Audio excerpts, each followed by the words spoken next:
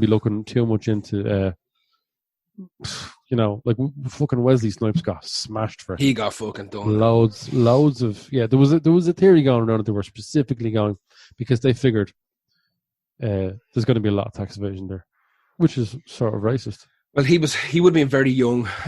He would have been very young when this happened. So he spent the first 3 seasons of The Fresh Prince. He had to hand over 25% of his paycheck for the first 3 seasons to pay off this bill. So it must have been fairly hefty.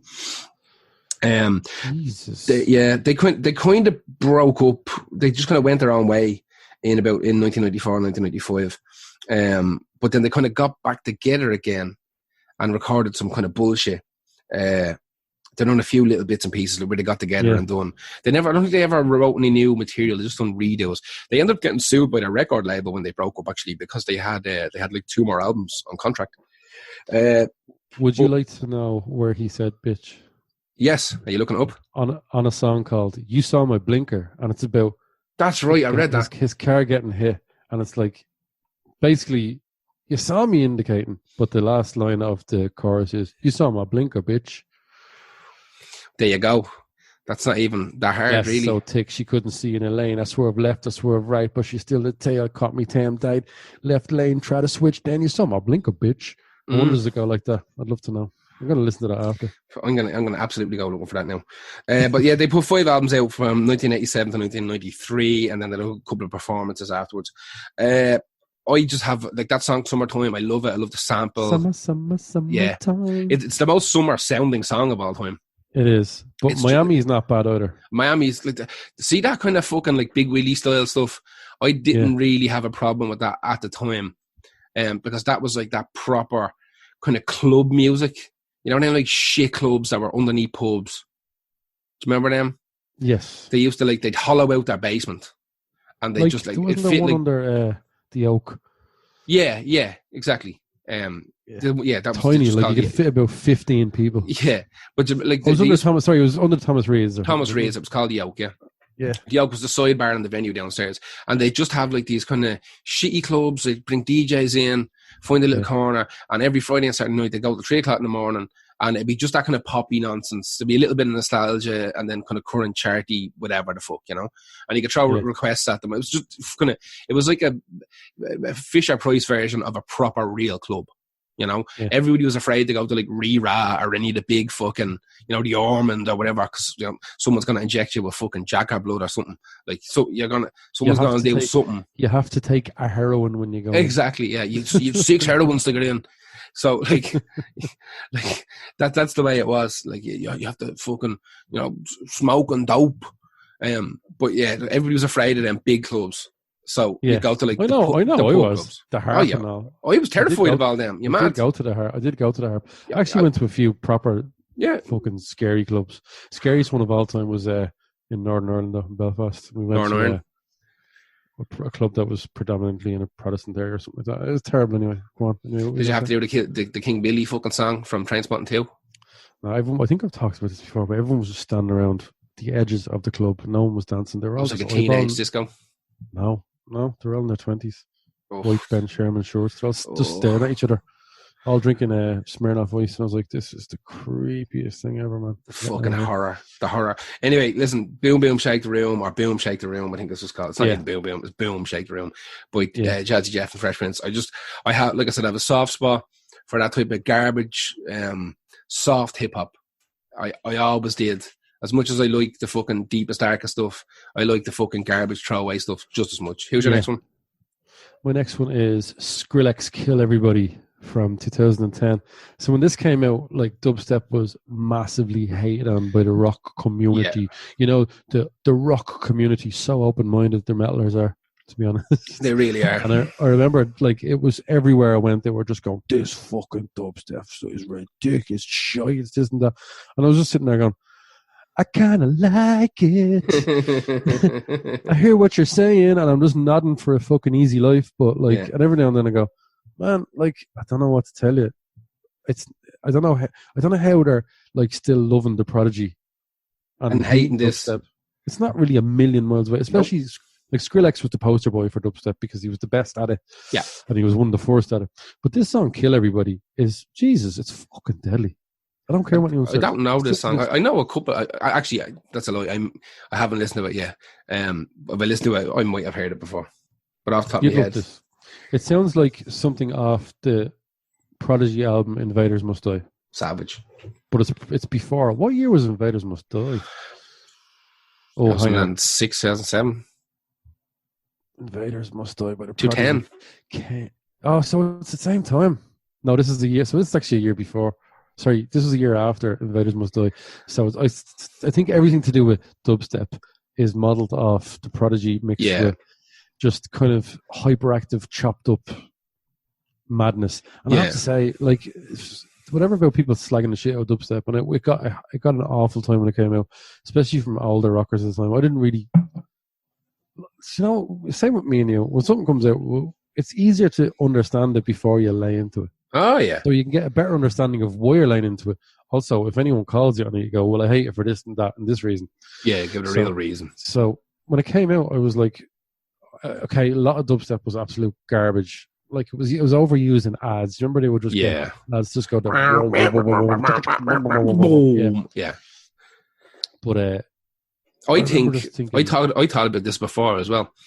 I think you're dead right. I think see that Invaders Must Die. I think that was the that might have been like one of the kickstarting things for that scene in particular, Skrillex. Absolutely.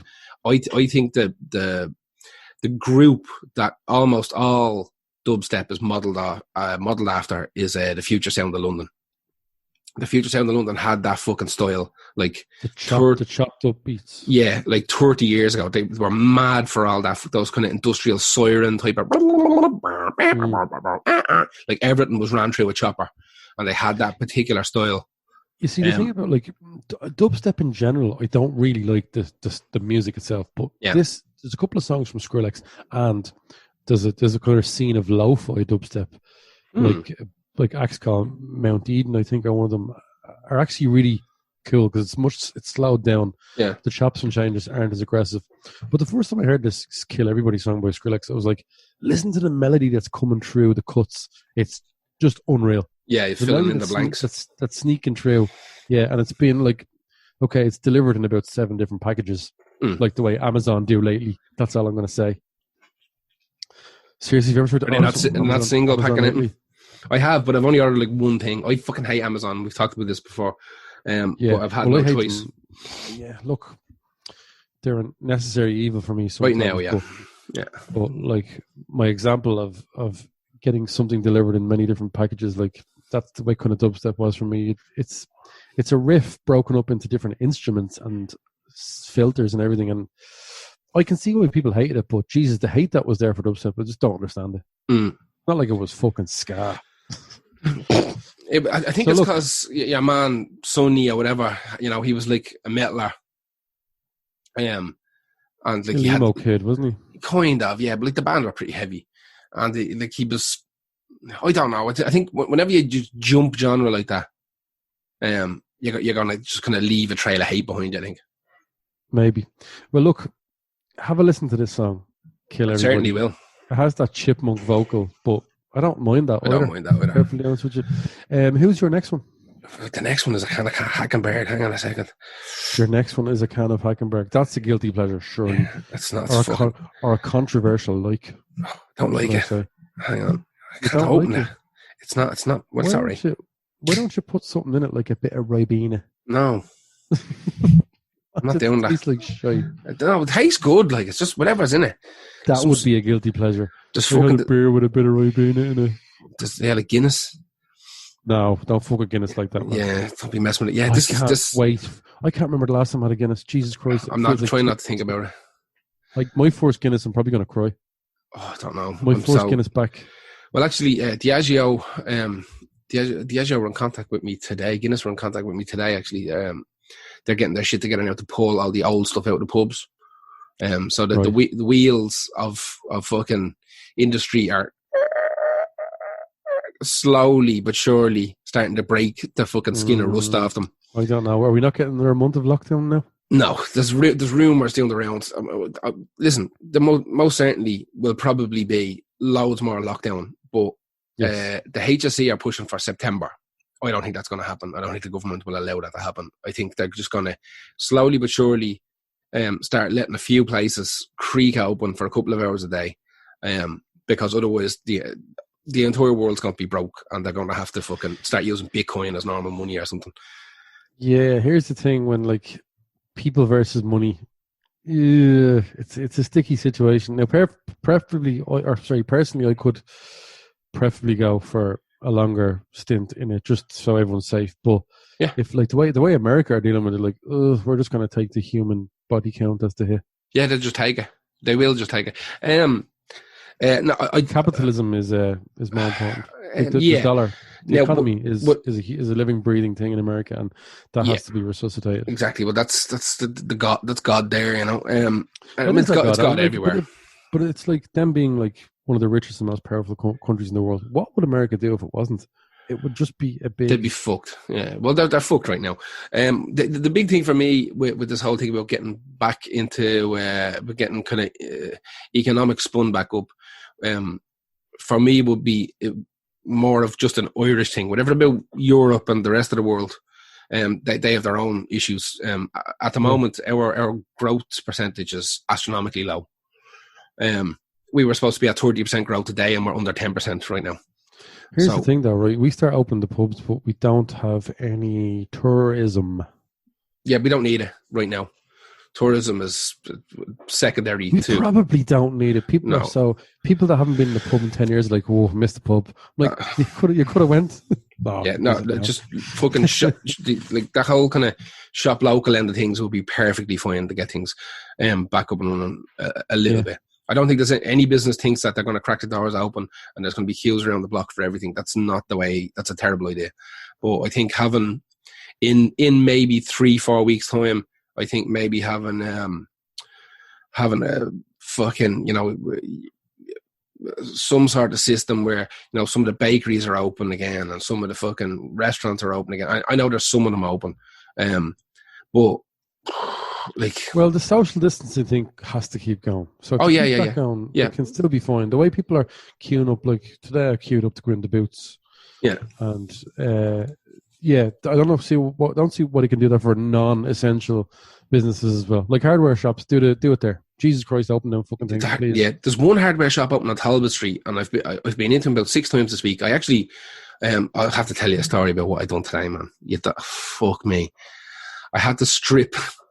I'm stripping the varnish off my front door. My front door is disgraceful. Right? I haven't looked at it. I've been living here for like 8 years or something. Right. And it was kind of in shite when I got here. And it was always one of those things that's in the back of my head, you know what? I get some nice day now. And I'll get the sander out and I'll sand it down. And I have stain and varnish there. I'll make the front door look fucking lovely. Right. So I'm thinking now, what am I doing? Sitting around scratching me bollocks for half the week with literally nothing to do. And I don't want to sit there playing Call of Duty and fucking watching Gank on television. I want to be doing something. Oh, what's Gank? Sounds deadly. Yeah, has it got Ray Winston in it? Oh, it's Gank. Yeah, Ray Liotta doing a Cockney accent. He's in it.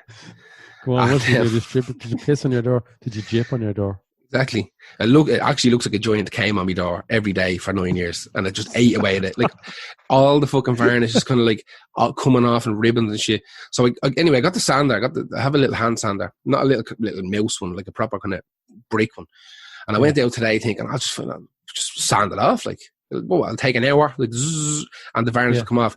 I was out there for 2 hours and I barely took anything off it. I was lashing it out of it. There was just dust everywhere and there was still varnish on the fucking thing. I was like, what the fuck, man? I was like, and I've started it. I was after taking off like the knocker and the doorbell and the letterbox. I took everything off the door. And I know, like, me and you are very different in a lot of ways, but I would, after about 10 minutes, go in and Google how much is a new front door. No, I'd never do that.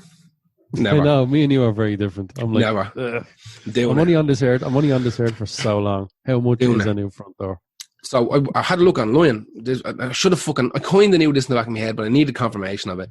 And the first article that opened up was like you can absolutely sand varnish off the door, but like it's going to take weeks. And I was like, I don't really want weeks dedicated to varnishing the door. And I was saying, really? You take that long? It takes fucking ages. So varnish gets in You know, it gets fucking in there.